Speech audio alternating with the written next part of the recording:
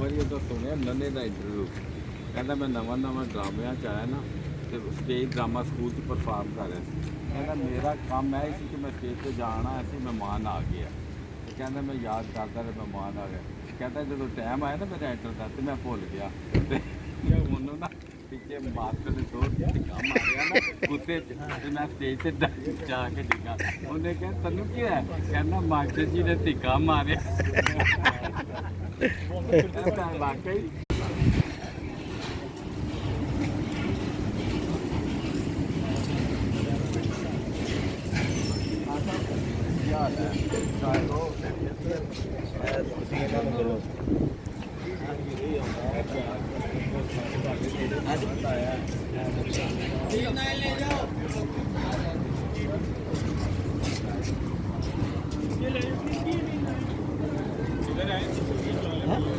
हाँ मैं क्या फिर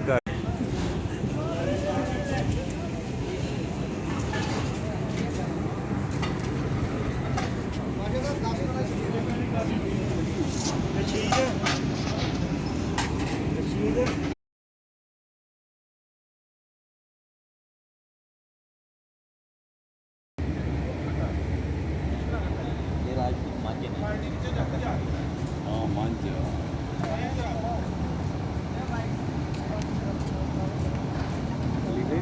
ਇਹਨਾਂ ਦਾ ਵਾਦਾ ਹੁੰਦਾ ਹੈ ਸਾਈਡ वो